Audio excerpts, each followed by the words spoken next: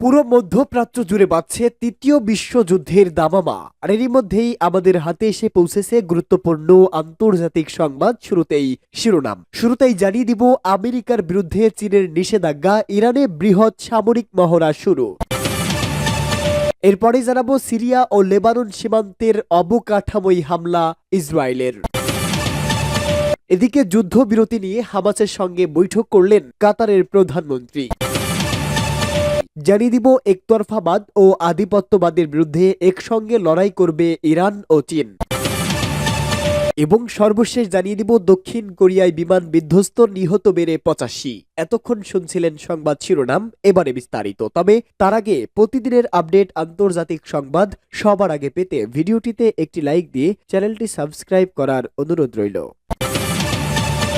আমেরিকার বিরুদ্ধে চীনের নিষেধাজ্ঞা, ইরানে বৃহৎ সামরিক মহড়া শুরু। চীনের পররাষ্ট্র মন্ত্রণালয়ের মুখপাত্র মাওনিং ঘোষণা করেছেন যে বিদেশি নিষেধাজ্ঞার প্রতিক্রিয়ায় চীনের অভ্যন্তরে 7টি আমেরিকান, কানাডিয়ান এবং অস্ট্রেলিয়ান সামরিক কোম্পানি এবং তাদের সমস্ত স্থাবর ও অস্থাবর সম্পত্তি এবং অন্যান্য সম্পদ জব্দ করা হবে এবং চীনের সমস্ত সংস্থা ও ব্যক্তিদের এই সংস্থাগুলোর সাথে লেনদেন, সহযোগিতা কিংবা অন্যান্য কার্যক্রম চালানো থেকে বিরত রাখা হবে। ইরানের সশস্ত্র বাহিনীর প্রতিরক্ষা বিষয়ক মন্ত্রী ব্রিগেডিয়ার জেনারেল আজিজ নাসিরজাদে তার দেশের বিরুদ্ধে শত্রুদের মনস্তাত্ত্বিক যুদ্ধে মিথ্যাচারের কথা উল্লেখ করে বলেছে, শনিবার থেকে শুরু হওয়া একের পর এক মহড়া চালানোর মাধ্যমে শত্রুরা ইরানের শক্তি প্রত্যক্ষ করছে।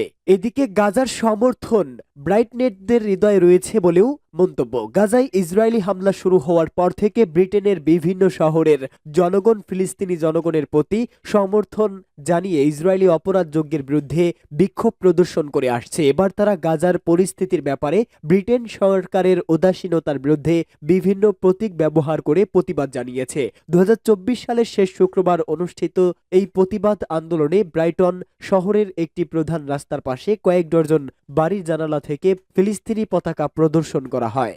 সিরিয়া ও লেবানন সীমান্তে অবকাঠামোয় হামলা চালিয়েছে ইসরায়েল। সিরিয়া লেবানন সীমান্তের জনতা গ্রামের কাছে হিজবুল্লাহর একটি অবকাঠামো লক্ষ্য করে ইসরায়েলের সামরিক বাহিনী হামলা চালিয়েছে। জানা গেছে অবকাঠামোটি সশস্ত্র গোষ্ঠী হিজবুল্লাহর কাছে অস্ত্র চোরাচালানের জন্য ব্যবহৃত হতো।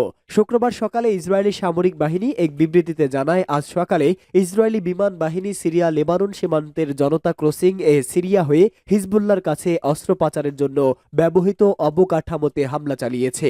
হামলাগুলো সিরিয়া বা লেবাননকে লক্ষ্য করে করা হয়েছে কিনা তা নির্দিষ্ট করে বলা হয়নি। তবে লেবাননের সেনাবাহিনী লেবাননের সার্বভৌমত্ব হামলা এবং দক্ষিণাঞ্চলীয় শহর ও গ্রাম ধ্বংস করে যুদ্ধবিরতি চুক্তি লঙ্ঘন করার জন্য ইসরায়েলকে অভিযুক্ত করার ঠিক একদিন পর এই হামলা চালানো হলো। জনতার কাছে কোনো সরকারি ক্রসিং পয়েন্ট নেই, তবে অঞ্চলটি অবৈধ ক্রসিং এর জন্য পরিচিত। লেবাননের দক্ষিণ অঞ্চলে জাতিসংঘের শান্তি রক্ষা বাহিনী দক্ষিণ লেবাননে ইসরায়েলি বাহিনীর সৃষ্টি অব্যাহত ধ্বংসযজ্ঞ নিয়ে উদ্বেগ প্রকাশ করেছে। ইসরায়েলি সামরিক বাহিনী জানায়, শুক্রবার হামলাগুলোর লক্ষ্য ছিল হিজবুল্লাহর হাতে অস্ত্র যাওয়া ঠেকানো। গত মাসে যুদ্ধবিরতিতে সম্মত হওয়ার আগ পর্যন্ত ইসরায়েলের প্রতিরক্ষা বাহিনী হিজবুল্লাহর সাথে 1 বছরের বেশি সময় ধরে স্থল ও বিমান যুদ্ধে লিপ্ত ছিল। সামরিক বাহিনী জানায়, সিরিয়া থেকে লেবাননে অস্ত্র চোরাচালান বন্ধ করতে এবং হিজবুল্লাহকে অস্ত্র চোরাচালানের রুট পুনঃপ্রতিষ্ঠা থেকে বিরত রাখতে আইডিএফ এর প্রচেষ্টার একটি অতিরিক্ত অংশই এই হামলা। যুদ্ধবিরতি নিয়ে হামাসের সঙ্গে বৈঠক করলেন কাতারের প্রধানমন্ত্রী। কাতারের প্রধানমন্ত্রী শেখ মোহাম্মদ বিন আব্দুর রহমান আল থানি গাজায় যুদ্ধবিরতি আলোচনা করতে হামাসের একটি প্রতিনিধি দলের সাথে বৈঠক করেছে। কাতারের পররাষ্ট্র মন্ত্রণালয় জানিয়েছে, দোহায় অনুষ্ঠিত হওয়া এই বৈঠকে নেতৃত্ব দেন দেশটির সিনিয়র কর্মকর্তা খলিল আল হাইয়া। এক প্রতিবেদনে এই খবর দিয়েছে Times of Israel. Sheikh Mohammed bin কাতারের পররাষ্ট্রমন্ত্রী ও প্রকাশ্যে মধ্যস্থতা প্রতিক্রিয়ায় জড়িত হওয়া তাৎপর্য। গত কয়েক মাস ধরে যুদ্ধবিরতি নিয়ে অচল অবস্থা দেখা দিয়েছে। কাতারের বিবৃতিতে বলা হয়েছে, বৈঠকের সময় গাজা যুদ্ধবিরতি আলোচনার সর্বশেষ অগ্রগতিগুলো পর্যালোচনা করা হয়েছে। চলমান যুদ্ধের অবসান ঘটাতে পারে এমন একটি স্পষ্ট এবং ব্যাপক চুক্তি নিশ্চিত করার জন্য প্রতিক্রিয়া এগিয়ে নেওয়ার উপায় নিয়ে আলোচনা হয়। কাতারের প্রধানমন্ত্রী আরো বলেন, ভবিষ্যৎ ট্রাম্প প্রশাসন একটি চুক্তিতে উপনীত হতে ব্যাপক উৎসাহ দিয়েছে, এমনকি প্রেসিডেন্টের দায়িত্ব নেওয়ার আগেই যাতে সেটা হয় মার্কিন যুক্তরাষ্ট্র, মিশর, আরব আমিরাত গাজায় যুদ্ধবিরতি এবং জিম্মি মুক্তির জন্য কয়েক মাস ধরে ব্যর্থ আলোচনা চালিয়েছে। গত নভেম্বর মধ্যস্থতাকারীর ভূমিকা থেকে আপাতত সরে দাঁড়ানোর কথা জানায় কাতার। ডিসেম্বরে যুদ্ধবিরতির আলোচনা আবারও ফেরার ঘোষণা দেয় দেশটি। এরপরই কাতারের পক্ষ থেকে হামাসের সঙ্গে বৈঠকের বিষয়টি জানা গেল। এদিকে গাজায় হামাসের হাতে জিম্মিদের উদ্ধার করতে একটি চুক্তি সইয়ের দাবিতে ইসরায়েলের প্রধানমন্ত্রী বেনিয়ামিন নেতানিয়াহুর বিরুদ্ধে রেকর্ড সংখ্যক মানুষ বিক্ষোভ করেছেন। সাম্প্রতি সময়ে গাজা যুদ্ধ বন্ধ এবং জিম্মি মুক্তি নিয়ে হামাস ও ইসরায়েল উভয় পক্ষই আলোচনায় অগ্রগতির কথা জানিয়েছে, তবে এখন পর্যন্ত একমত হতে পারেনি তারা। একতরফাবাদ এবং আধিপত্যবাদের বিরুদ্ধে একসঙ্গে লড়াই করবে ইরান ও চীন। ইরানের পররাষ্ট্রমন্ত্রী সৈয়দ আব্বাস আরাকচি বেইজিংয়ে চীনের পররাষ্ট্রমন্ত্রী ওয়াং ইয়ের সঙ্গে সাক্ষাৎ ও আলোচনা করেছেন। এই বৈঠকে গুরুত্বপূর্ণ বার্তা রয়েছে বলে মনে করছে বিশেষজ্ঞরা।